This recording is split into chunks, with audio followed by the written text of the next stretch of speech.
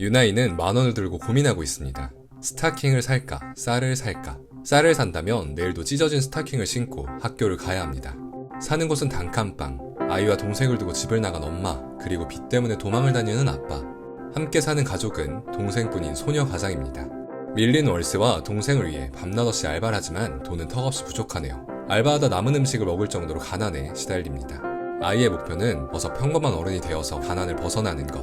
그런데 아이는 우연히 리을이란 남자를 만납니다. 이름이 리을입니다. 오, 좀 힙한데? 턱시도를 입고 우스꽝스러운 모자를 쓰고 있네요. 신비한 분위기가 어쩐지 현실에서 사는 사람이 아닌 것 같습니다. 얼핏 소문은 들었습니다. 텅 빈 유원지에서 미친 사람이 마술사 행사를 하고 다닌다고. 근데 얼굴이 미친 걸까요? 남자 물어봅니다.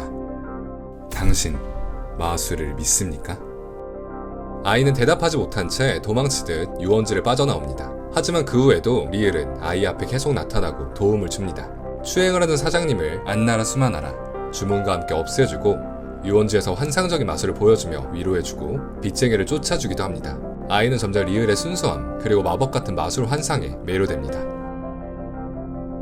하지만 아이는 현실을 외면하지 못합니다. 마술은 무슨 막상 지금 먹을 밥도 없어요. 옆자리에 앉은 언제나 전교 1등을 놓치지 않고 금수저인 1등이를 보며 1등이와 결혼하면 더 이상 가난에 허덕이지 않을 수 있다는 생각을 하면서 말이죠. 그런데 금수저인 1등의 고백을 받고 기회를 잡을 수 있었는데 리을이 생각나는 이유는 뭘까요? 아이가 현실에 집착할수록 모순되게 점점 마술에 빠져듭니다. 마술도 배우면서 자연스럽게 리을과 관계도 깊어지죠. 근데 참고로 리을의 나이는 30, 로맨스 감정은 아니에요. 큰일 납니다. 한편 학교에도 리을의 미모가 소문났는지 같은 반 친구들도 유원지로 가는 일이 잦아졌습니다. 1등이도 아이를 보기 위해 유원지를 향했다 리을을 만나는데요. 부모님과 학교가 정해준 대로만 살고 있던 1등이는 자유롭고 순수한 리을을 만나 변하기 시작합니다. 리을을 만나고 변하기 시작했던 아이처럼요. 그리고 본인이 걷고 있는 길이 부모님이 강요한 길일 뿐이란 걸 깨닫죠. 마술사를 만나고 긍정적으로 변해가는 학생들. 어느새 아이는 리을이 진짜 마술사라고 믿고 있습니다. 아니, 믿고 싶어 합니다. 하지만 아이와 1등이는 리을에 대해 아직 모르는 게 너무 많습니다. 왜 아무도 없는 버려진 유원지에서 노숙을 하고 있는지, 미친 사람이란 소문은 왜 났는지. 그러던 어느 날 같은 반 학생이 리을을 찾아갔다가 목을 졸렸다는 이야기를 합니다. 아이는 리을이 그럴 리 없다며 부정하지만 얼마 지나지 않아 경찰이 찾아와 리을이 길거리에서 사람의 핸드백을 강탈하려 했다는 혐의를 받고 있다는 소식을 전해 듣습니다. 결국 유원지까지 찾아온 경찰은 리을을 데려가며 아이에게 리을의 과거를 말해주는데요. 베일에 쌓인 인물 리을은 단지 미친 사람일까요? 아니면 진짜 마술사일까요? 마술사가 아니라면 우리가 겪은 마법 같은 일들은 모두 환상일까요? 그리고 리을은 왜 마술사가 되었을까요? 네이버 웹툰의 안나라 수마나라입니다. 네이버 웹툰의 대표작 안나라 수마나라 줄거리를 요약해봤습니다. 삼봉이발소, 3단학체 김창남, 목욕의 신, 방과후 전쟁활동을 연재했던 하일권 작가님의 작품인데요. 연재하는 작품마다 히트를 쳤던 네이버 웹툰의 황금기를 연 작가님들 중 한 명이죠. 정말 팬입니다. 삼봉이발소부터 3단학체 김창남 모두 가혹하고 냉정하고 질서만을 바라는 세상에 맞서는 주인공의 이야기였는데 어릴 땐 이런 내용이 왜 이렇게 좋았나 몰라요. 학교라는 교도소에 갇혀있어서 그랬나? 안나라, 수마나라도 전체적인 주제와 맥락은 비슷합니다. 어른이 되고 싶은 아이, 그리고 어른이지만 아이로 남고 싶은 리을.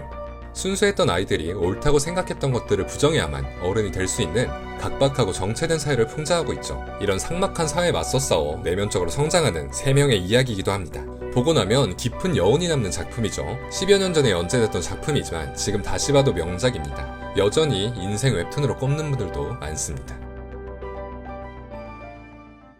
왜 명작이냐? 스토리도 스토리지만 작품을 매력적으로 만든 가장 큰 장점으론 몽환적이고 환상적인 작화, 그리고 연출을 꼽고 싶네요. 하일권 작가님의 예전 작품을 보신 분들은 아시겠지만 안나라, 수마나라를 연재할 땐 악마에게 영혼을 팔아내는 소문이 돌 정도로 작화컬이 수직 상승하셨거든요. 단순히 외모를 잘 그리는 게 아니라 색감 활용이 미쳤습니다. 기본적으로 무채색 작화입니다. 삭막한 세상을 무채색으로 표현하신 거겠죠.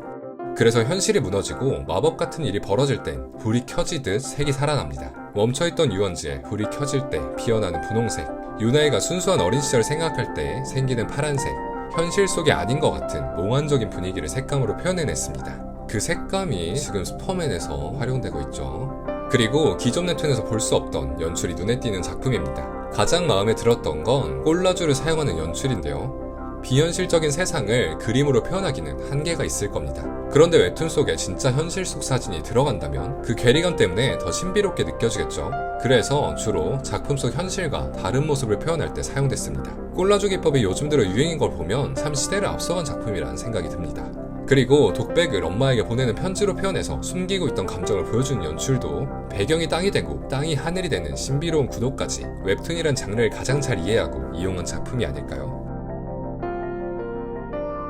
안나라 수마나라는 문학 같은 작품입니다. 그리고 명작 영화 같기도 하고요. 처음 보면 이 캐릭터가 왜 이런 행동을 했고 갑자기 이런 상황이 왜 일어난 건지 이해가 안 되는 장면이 많습니다. 그런데 캐릭터가 상징하는 의미를 생각하고 다시 보면 이해할 수 있을 겁니다. 마술은 무엇을 빗대어 말한 건지, 1등이가 상징하는 의미가 무엇인지 읽어보시고 각자만의 해석을 찾는 재미가 있습니다. 사실 결말은 아직까지도 의견이 분분합니다. 하일권 작가님, 해설집 좀 내주세요. 10년 전에 읽을 땐 그냥 와 재밌다, 잘 만들었다 이렇게만 생각했는데 최근에 다시 보며 마술이 뜻하는 게 무엇인지, 마술사는 뭘 말하고자 하는 건지 해석해가며 읽으니 더 재밌네요. 그런데 이렇게 해석하는 것도 순수함을 잃은 건가 싶기도 하고요. 오래전에 읽어보셨어도 다시 정주행하면서 의미를 찾아보는 걸 추천드립니다. 마치 한 편의 시에 적힌 단어에 어떤 의미가 담겨있는지 찾는 것처럼요. 산타클로스가 있다고 믿은 게 몇 살까지인지 어느새 그냥 평범한 어른이 됐네요. 저 어릴 때 꿈은 구미호 같은 게 되는 거였는데 순수함을 잃지 않고 꿈을 꿀 수 있는 사람이 되는 건 참 힘든 세상인 것 같긴 해요. 이번에 넷플릭스에서 드라마화가 되는 작품입니다. 과연 웹툰의 신비로운 분위기를 어떻게 살릴지 기대되네요. 안나라 수마나라, 지금 네이버 웹툰에서 완결까지 볼 수 있습니다. 프롤로그와 후기까지 합쳐 단 20과밖에 안 되니까 얼른 가서 봐보세요. 링크는 더보기와 댓글에 달아놓을게요. 아마 보기 시작하시면 한화 막장 드라마 끝 끊기 신공에 홀린 듯 마지막 화까지 보시게 될 겁니다. 그럼 지금까지 리앱이었습니다. 구독과 좋아요 부탁드려요. 여러분은 마술을 믿습니까?